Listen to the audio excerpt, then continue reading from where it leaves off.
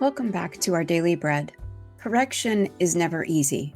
Saying I stand corrected is oftentimes very hard for us because we're flesh and blood and, we think that we're right. And a lot of times we feel like we need to be right. So hearing from another brother or sister who is trying to just shine light in the darkness, right? Shine light in those areas of our lives that we may not be able to clearly see, especially if we're invested heavily, whether it's emotionally or spiritually, within any kind of subject matter or theology or belief system.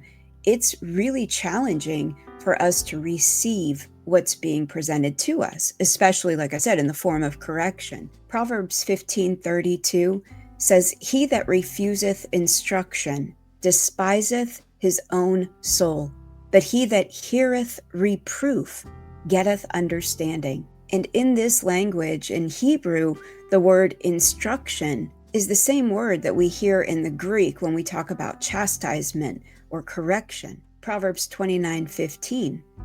"The rod and reproof give wisdom." Listen to that again. "The rod and reproof give wisdom, but a child left to himself bringeth his mother to shame." This verse isn't just about little ones. We are now children of God, right? And so when we hear this verse, we need to really take stock of what it's saying. Let's break it down a little bit. The rod and reproof. The word reproof, this is the Hebrew 84:33, and it is tochecha. It is literally to rebuke, correction, reproof, punishment, chastisement, refutation, proof, even defense, argument, reasoning. And so as parents and also as children of God ourselves, we need to have this type of correction and guidance to be able to gain wisdom and understanding. In Proverbs 3:11 and 12, "My son, despise not the chastening of the Lord, neither be weary of his correction.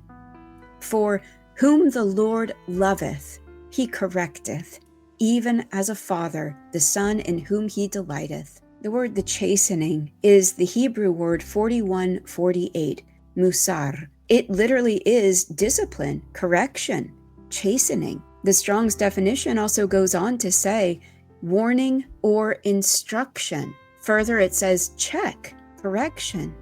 I talk often on here about fact-checking ourselves and that we need to be in a place of humility in our lives so that when others are bringing warning, when others are bringing rebuke to our brothers and sisters in Christ, we have such a hunger to be pleasing in the sight of God that we're not going to shut out our brothers and sisters who are trying to bring a warning to our lives. If they're true brothers and sisters in Christ, they're not doing it from a place of hatred. It's not being brought before you because they don't care about you. In fact, it's the total opposite of what the carnal man would try and make it out to be. When we correct others in love, when we give warning, whether it's personally, one-on-one with a dear loved one, a friend, a family member, another brother or sister in Christ, whether it's somebody on YouTube bringing a strong warning and rebuke to the body, these are not times that we need to shut out what the Lord may be trying to say through them. This is a time that, again, in all humility, we examine ourselves. Hebrews 12:5 and 6 actually piggybacks off of Proverbs that we just read. Listen to what we're told here. "And ye have forgotten the exhortation which speaketh unto you as unto children. My son, despise not thou the chastening of the Lord, nor faint when thou art rebuked of him. For whom the Lord loveth, he chasteneth, and scourgeth every son whom he receiveth." Let's go ahead and read verse 7 too. "If ye endure chastening, God dealeth with you as with sons. For what son is he whom the Father chasteneth not?" This word chastening, if ye endure chastening, it's the Greek 3809, paideia, and it means tutorage, education or training, disciplinary correction.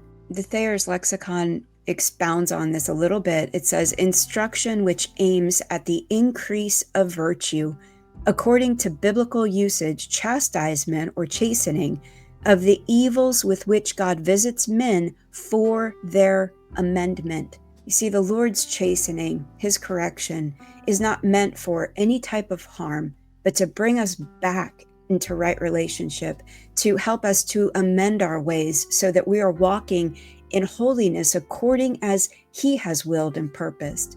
It's difficult to receive correction.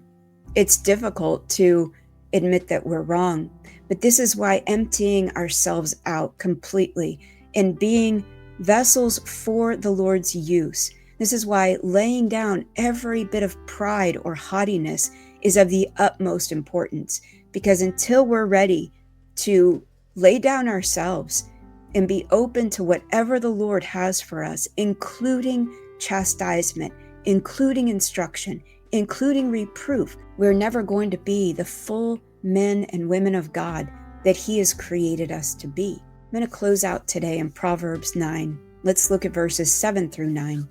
He that reproveth a scorner getteth to himself shame, and he that rebuketh a wicked man getteth himself a blot. Reprove not a scorner, lest he hate thee. Rebuke a wise man, and he will love thee. Give instruction to a wise man, and he will be yet wiser. Teach a just man, and he will increase in learning. Wow. So rebuking one another, according to this proverb, will gain the love of brothers and sisters in Christ. Giving instruction to others, they will become the wiser. And teaching a just man, he'll increase his learning. This is the learning we need to be concentrated upon. This is the learning that we need to be focused on in our lives, because this is fruitful. This is the counsel which yieldeth much fruit. Love y'all.